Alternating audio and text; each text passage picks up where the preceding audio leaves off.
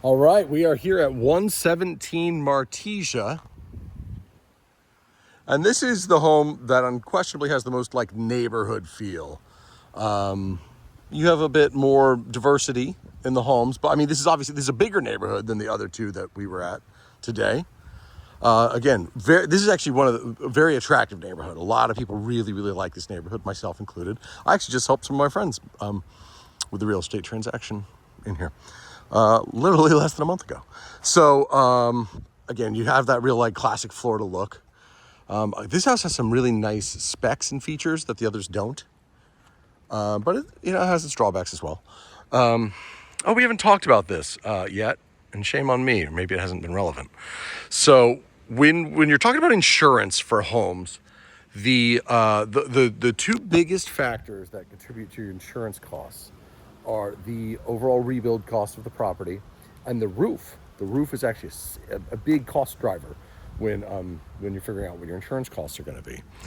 And this is a perfect example of what's called a gable roof. See how it comes to a point there? They say that in the event, people smarter than me, the big brains at the insurance companies, they say that in a cyclonic wind event, aka a hurricane, that point is gonna catch wind and have a higher probability of ripping the roof off. So you pay a little bit more of an insurance, or I should say, if you don't have that, if it slopes down on all sides, then you get an insurance discount for it. That's how I should word it, right? Like this one there, that's a hip roof because it slopes down on that face, but it has a gable on that end. And if more than 10% of the roof perimeter is gables, then you don't get the discount. This house, I actually think is going to be very expensive to insure, for what it's worth, and I'll show you why in a second. You don't get you have your gables, so you're not getting your hip roof discount. Lots of nice mature landscaping here. I do like that. The whole neighborhood really has nice mature landscaping. It's a nice neighborhood.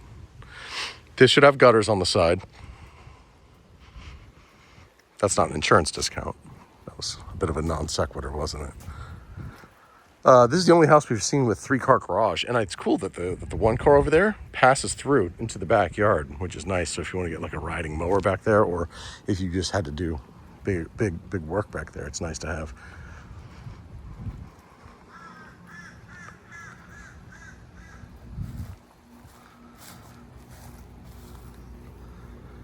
Nice house, really nice neighborhood. So one of the reasons I think it's going to be very expensive to insure is because it doesn't qualify for its glazed opening protection, and that is a significant discount. Not only is this little Lexan piece, I think it's like a Lexan or plastic, no glazed opening protection there. You can retrofit that, right? Just put shutters over that, and if that's the only deficiency, then it's not terribly expensive to fix. But we're going to check out the outside, the out back also. And I won't be surprised if there's no shutters back there. But we'll see. This is like the silliest thing I've seen in a hot minute. I have no idea why there's plantation shutters right there. I truly cannot imagine the scenario where they're like, you know what we need, honey? Hear me out, plantation shutters. Why? Well, I don't know why. They're just giving us, the installers had a couple extra plantation shutters on the truck, and they said we can have them. So we'll put them there, I guess. This is kind of a neat, this is a dining area, obviously. This is like a Korean. This is a surprising choice for a wet bar. It's not a problem. I don't think anything's wrong with it. I've just never seen anything quite like that before. I do like this little built-in with the wine fridge, though. That's just so interesting to me. We'll come back. Owner's suite here. This is a home that they clearly touched up the paint in preparation for selling, but it never matches. It never matches all the way. So instead you have walls that look like that. The carpet is fine.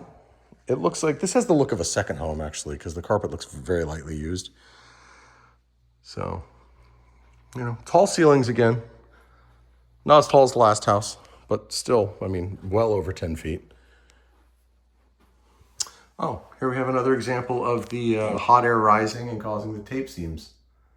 It's a cosmetic issue more than anything. Interesting that you have a scuttle access right there and the lip there. Interesting architectural features going on in here. Then behind me is another closet.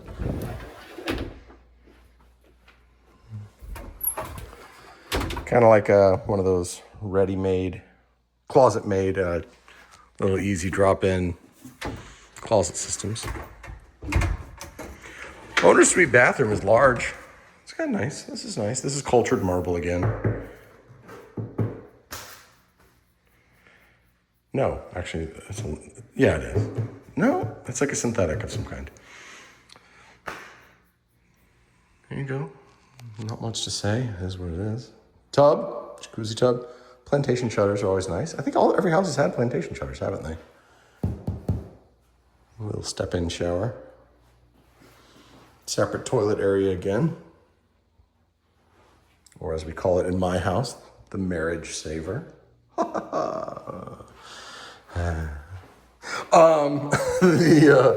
The pool bath in this case is the owner's suite bath.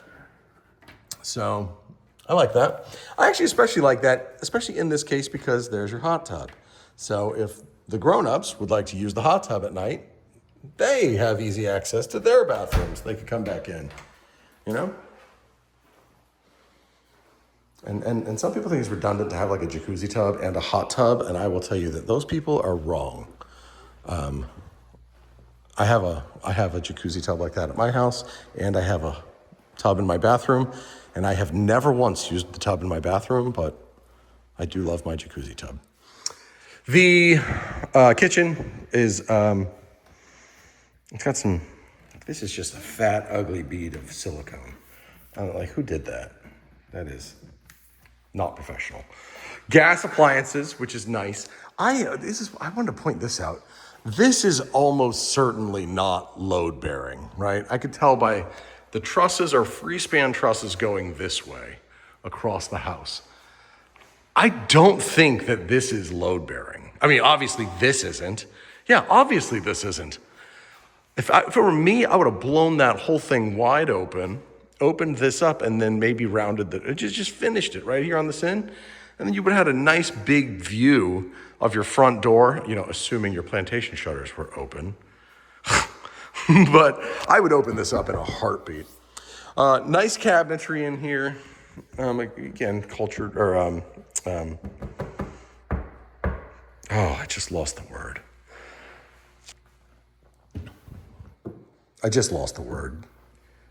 Corian countertops, thank you. See, we do have, they're real hardwoods. Again, I already checked. They are dovetails. They are not soft close. Craft made. That's actually a really good brand. This nice stuff. That's where your microwave goes. Yeah. Let's keep on trucking. I like that you could actually close this and have like separate the guest wing from the rest of the house. So if you've got, if you have the grandbabies here and you want to put them to bed early, well, the grown-ups want to hang out a little bit. That's nice. Murphy bed. These are good-sized bedrooms too, by the way. This is a good-sized guest room. There's that rear garage door I was telling you about. So that's the one-car garage. You just drive straight through it.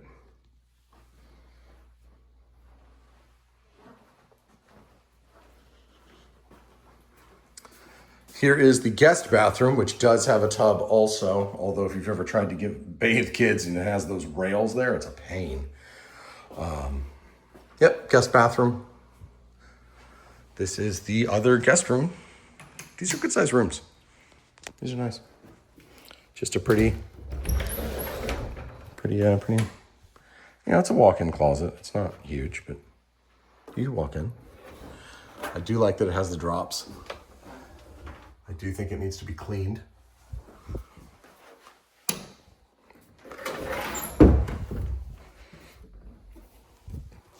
I don't think that's like indicative of a bigger issue. That's not like, there's no funky odors. I don't have any reason to believe like the ductwork is riddled with mold. I think that's superficial mold. on the ductwork because cold air blowing through there, especially in a closet like that. When the door's closed, the cold air can't move out of it so well, so it'll start condensating on it, and you can start getting that surface mold. It'll wipe right off, but it needs to be done.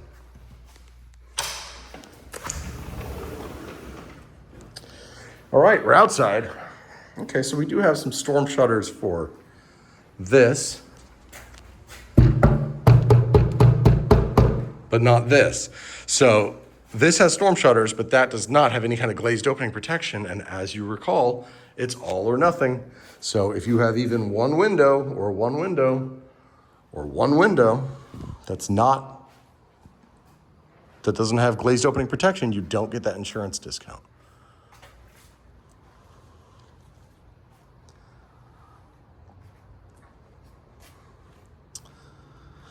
You know, it's interesting. If this were my home, do you remember my comment where I said the sun coming in from the south is going to blast this? This porch is actually much bigger than I gave it credit for. So I think you would be able to stay in the shade.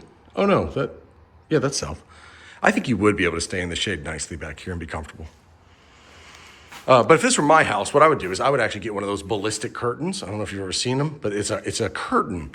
And the curtain itself, it'll roll down, and it is impact rated. So it will actually protect that glass opening.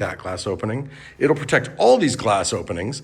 And then the best part about it is, you bring all your patio furniture, you pull it in there, you drop your curtain, and then you're protected from the hurricane winds and stuff. This is a big pool. It's an old pool. The finish is good. The retrofitted drain is good. It has the older style to it. Like you could tell this pool's been here a minute. These sorts of hairline cracks, those are not problematic. I mean, again, this is why we have inspectors. I'll defer to the inspectors. But Florida is one big sandbar, and everything settles. So homes, I guarantee you, underneath all that tile is cracks like that all through the foundation. And the inspectors will tell you it's not a problem. It's not a big deal unless it gets like big enough that you could fit like a nickel. If it's wide enough that you could fit like a nickel in it, like in the crack, then it's time to start caring. But this stuff, those hairline cracks, that's just part of Florida living. I don't love that the grade here is going to push water toward the pool. I don't think it's problematic, especially because I think it's not actually getting in the pool, but it does have a slope here. It's really built up here, which is pushing water away from it. Pool equipment is here, It is a heat pump, which I like. It's more efficient than like a traditional electric. We have a cartridge filtration again. There is your salt cell, which is nice. Let's see the AC. We are now standing on the west side of the house, so this AC unit's in pretty good shape. This is actually a surprisingly small AC unit if it's for the whole house. But the house feels okay. It feels comfortable, so I don't think it's problematic. The whole house could use some love. Boy, these are 3 really long videos. Sorry guys, you're gonna want to play these on like 1.25 speed or something, because otherwise, these are really long. Pool cage is in nice shape. Roof looks good. Maybe starting to see the little bit of granule loss there. All right. I don't think I have any more notes. Outdoor shower, it's cute. This one feels just a little more tired. The first one felt fine, right? It was just good. It was great. It's fine. The second one felt like it was a little worn and like it felt like a home that had a kid who lived there and pets, right? So not the cleanest, but not bad. This one feels just a little more tired. It could use paint. This does tell me that the house was probably I just saw this one to come back to it. I can't tell if that's the original copper or what. This is the kind of house that I would want to know the plumbing story. Wait, is this the one? This might be the one that had new plumbing at the 22-year mark, which would be surprising. I'll have to go back and check the notes again. I'm sorry. All right, this is what we got. I'll talk to you soon. We're wrapping this up. I'll talk to you soon.